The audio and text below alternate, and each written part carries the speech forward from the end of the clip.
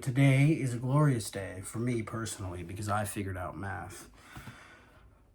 I figured out how to actually evenly distribute the conferences to the point where it makes sense and it does not allow a demotion of any teams to a G5 level because they don't win enough. Personally, I'd like to say before I even start this that is a ridiculous notion, and I cannot believe that's something that's going to be considered. I think if we were talking about the health of college football, I think that is a detriment to the health of college football. I think, if anything, demoting a team because they don't win enough. Theoretically, I think you could probably demote about 80% of the teams now because they don't win enough, or because their brand isn't big enough, or whatever the case may be. I don't know. I'm somewhat of a college football traditionalist, I guess you'd say. I think that the rivalries make the sport, and I think that regional games make more sense than wide-range national games. Yes, there are airplanes, and yes, these teams have budgets close to billions of dollars, but I have made two separate leagues, or conferences, I should say, and it's one of them is the Power Five, original Power Five teams, all of them, and then the other one is all the Group of Five teams. Not mentioned here is Missouri State because they didn't have a logo for Missouri State, and I didn't place them anywhere. But if they were to go somewhere, I would let you know where they go. So, the big conference, the Major 8 conference, can be seen on screen here. I will just list it out for you as well. So the SEC would be the normal teams, excluding Vanderbilt in Arkansas. So it would have 10 teams: Georgia, Alabama, Florida, Auburn, Ole Miss, Mississippi State, South Carolina, LSU, Tennessee, and Kentucky. The next one would be the Big Ten, back to 10 teams, excluding Northwestern. They would have Wisconsin, Michigan, Minnesota, Penn State, Ohio State, Indiana, Purdue, Iowa, Illinois, and Michigan State. The next one would be, I just call this the Heartland Conference because it's in Texas. So it would have Oklahoma, Oklahoma State, all the Texas teams, including Houston and SMU and Arkansas. The next one is the Pac-10.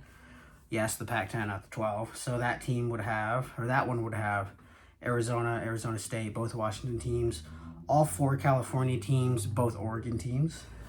The next one would be the former ACC. This would have all 3 major North Carolina teams. Oh my God, why did you do that? It would have not South Carolina, Clemson, Georgia Tech, Florida State, Miami, UCF, and USF.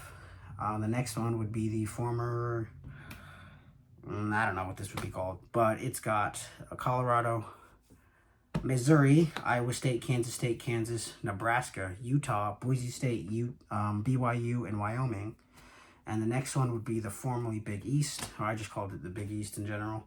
Rutgers, Maryland, West Virginia, Pitt, Louisville, Boston College, Virginia, Virginia Tech, Cincinnati, and Syracuse. And the last one would be the Independents, which would be Notre Dame, Vanderbilt, and Northwestern. So, if you can count, you will see that all of the conferences have 10 teams equally. And so, obviously, that would make the playoff format a lot easier because all teams would play a 9-game conference schedule. Conference champions would be split among evenly, with the 8th spot being split between Notre Dame, Northwestern, and Vanderbilt, so they can still participate in the national conference thing if they ever get good enough. That would be one side. The next side would be all the Group of 5 teams, and all the Group of 5 teams, except for 2 of them, have 10 teams in them. But I'm not going to list all of them here because I'm just going to put them up on screen, and so you can just look at them and see what it is. But that is my solution to the whole crisis of what teams go where. I think it still makes the competition very fair. Basically, how it would work to get to a national title conference game, it would be basically Major 8 would have their own little thing going on. Power 6 would have their own little thing going on.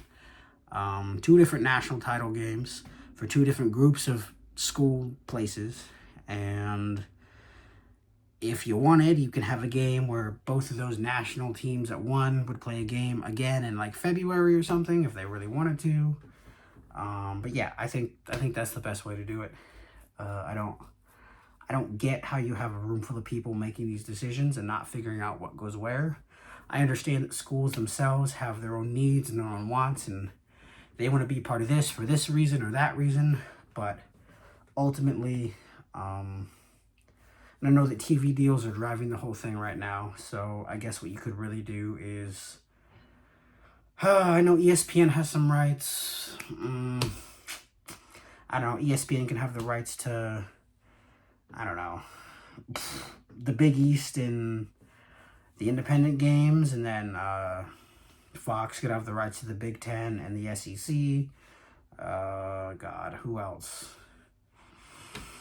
I don't even know what other networks there are anymore. I don't pay attention. I really don't care. But yeah, these are the things that I've come up with. These are the solutions. I think this is the best solution you'll ever find. Yeah, it's just so even. I love looking at it. I love looking at the work I did and seeing how even it is. There's no more team than that team. All teams play the same number of conference games. It's beautiful. I love it. You're welcome. I fixed it. Anyway, let me know what you think in the comment section below. I tried to make sure that all the rivalries were kind of still there. All the main ones, at least. Yeah. Anyway,